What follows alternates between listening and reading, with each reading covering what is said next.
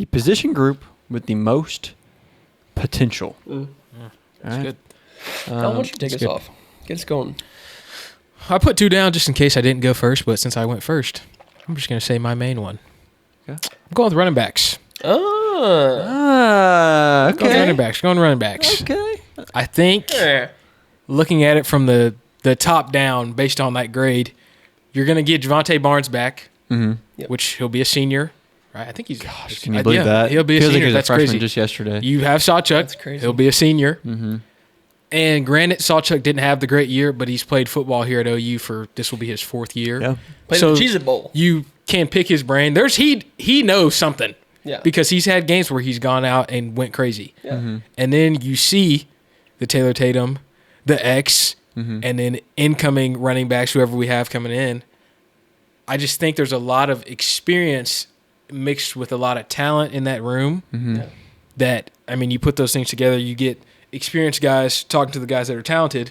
The talented guys who are younger, giving some pointers, honestly, to those seniors who have the experience. And if you get 4 running backs with valuable experience and decent talent, that's a deep room. So I just think, Agreed. Going forward into next year, I'm excited to see that room and what they did because we saw some flashes of it this year. Yeah. Yep. Yeah. My honorable mention was running backs because I agree, I think all 4 of those running backs in some world could be NFL running backs. Yeah. Gavin Sawchuk with his speed. Javonte Barnes is a really good bounce back. Yeah. I think both of those could be NFL backs if things had changed, and maybe they can change it in their last year. And then X and Taylor Tatum, I totally see it from them. Yeah. Definitely NFL. So, backs. yeah, that was definitely an honorable mention for me. My real answer, though, is the linebacker group. That's It's good. the easy pickings one, in my opinion, because it's a Brent Venables team who is a linebacker coach. But Sammy Omosigo, Kip Lewis, Kendall Dolby's kind of a hybrid. Yeah, I put him in there. But we got some transfers in at linebacker. There's just a lot going on there. Young, old, just turning up. I think this could be a breakout season for Sammy Omosigo. I think this could be a breakout season for Kobe McKenzie. There's just so much that could get tapped into this year, especially with Danny leaving. There's a big hole for somebody to fill, and I think somebody will fill it. So, that. definitely linebackers. Yeah. I like that. Yeah, I picked a little wild card here, but I actually believe it. I picked the offensive line. Yep, that was my runner-up. Yep. The reason why is because the talent there, off the charts. Ryan Foje, right? Yep. Michael Fasusi, Eugene Brooks, Eddie Pierre-Louis. Those are all 4 or 5-star linemen. And Eugene Brooks and Eddie Pierre-Louis are now sophomores. Yeah. And Ryan Foje and Fasusi are freshmen. Or Foje is a sophomore. No, he's fresh. Is he freshman? No. But I'm just saying, I have a lot of hope for the O-line. I think they have the most potential because that's where the reason why I say that is because running backs and linebackers, I was considering that. The thing is, our linebackers were so good last year. The jump that the new ones would make isn't that big. Yeah. Same with the running backs. I mean, the running backs could be better, but I don't see them making a big jump. The O-line was they were terrible.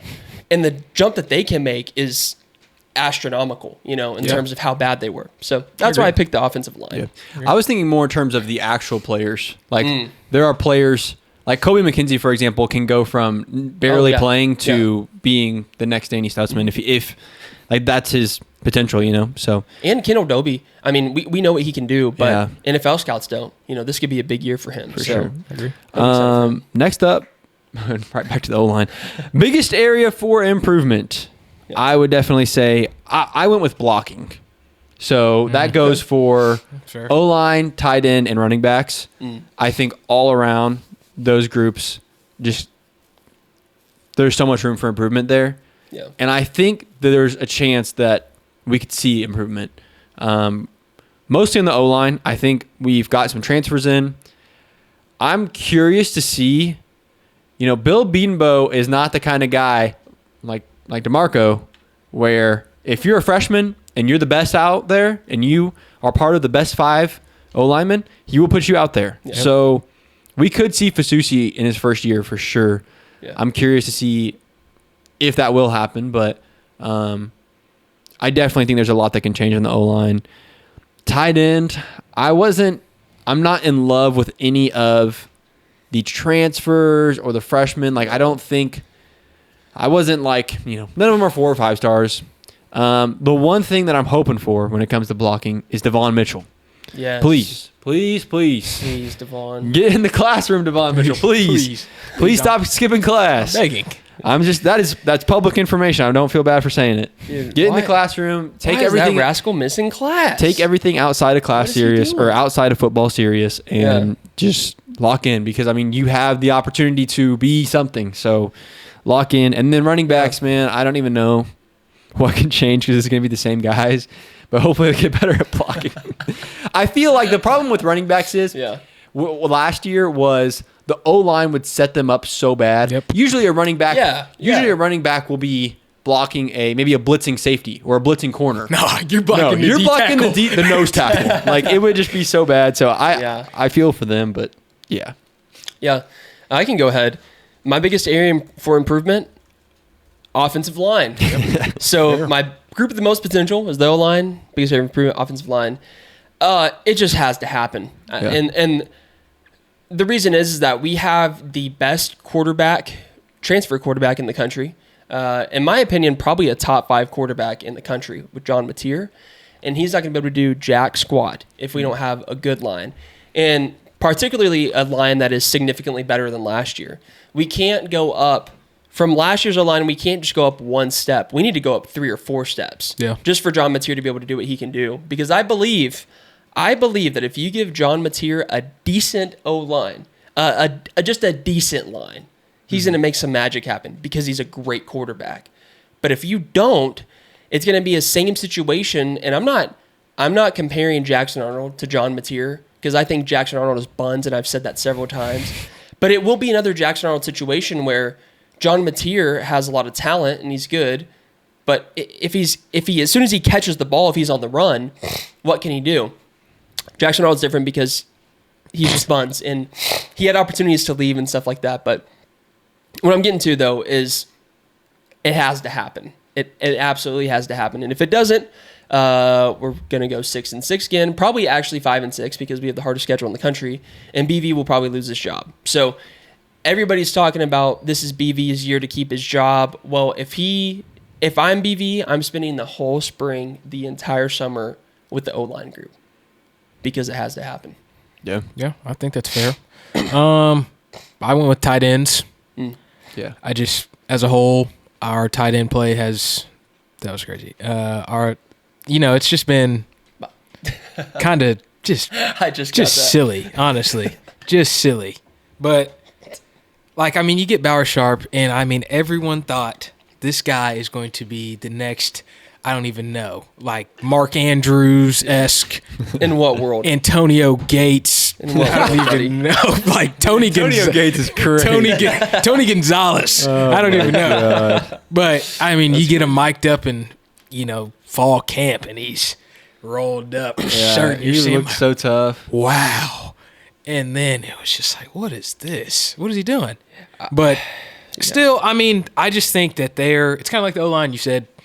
They were so bad this year, and I just haven't seen anything to make me think that they're going to be any better. Because the one guy who we're depending on, was he here last year? Sure was. But he couldn't get right. Yep. So unless, Devon Mitchell, please prove me wrong. Prove us wrong and get right. Dude. Because Kennesaw State, Carson Kent, glad you're here. I hope you're a dog, but I'm just not seeing it.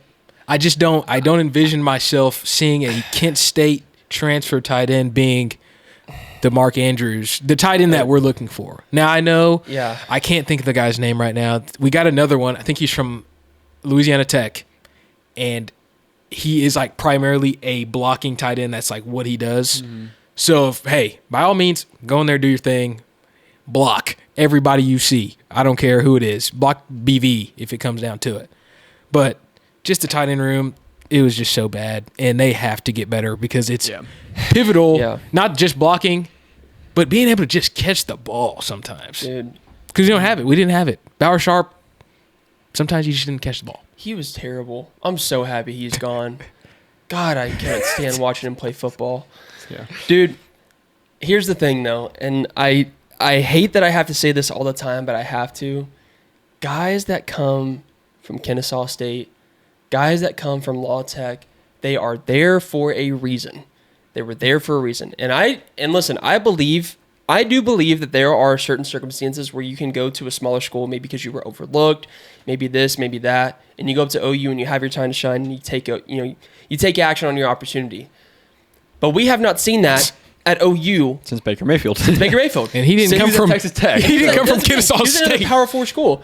Yeah. And I just don't know. I mean, you look at, and you can go on to say Travis Kelce, he was a Cincinnati player, but that's the only, what other case, does that happen? Then again, like Travis Kelce didn't transfer somewhere else. And he didn't transfer. He was just at Cincinnati. He was there. I'm going to try to be optimistic. And actually, as we get more into the next few weeks of talking about next season, I actually have a lot of optimism, which I will talk about. But I just don't see it with a Kennesaw State and Law Tech transfer. I hope they prove me wrong. Please prove me wrong. But I'm just like, BV, what are we, like... Yeah. Are we broke? Like, what? I mean, you had Nate Roberts at Washington, 10 minutes away, 5-star, and you lose him to Ohio State. He was 10 minutes away from the school. How do you lose him? His brother played here last year, Jake Roberts. How do you lose Nate Roberts? How do you lose Devon Mitchell when he's on your team? How do you lose? How does Devon Mitchell not go to He's class? 6'5". How do you lose him? That's what I'm saying. My thing is like, yes, Devon Mitchell, lock in, dog. Go to class. But at some point, like BV, drive to his dorm, drag him out of his room, and put him in class. Like, He's roommates with Mike. Like Mike, what are you doing? hey, bro, don't wake me up. Nah, you're gonna have to get up. There's some people in JUCO. I used to never. I hated when people be like, "Hey, bro, can you wake me up?" I'm like, "No, I'm not your mama, bro. I'm not doing that." But if it's Devon Mitchell and I'm the quarterback and I need help, hey, get up, please. Yes. Come on, Devon. We gotta get up. We got weights. Yeah. How are you not going to weights? Well, I remember there be times at JUCO we wake him up. Yeah. Because if we didn't, We'd we'd have to run.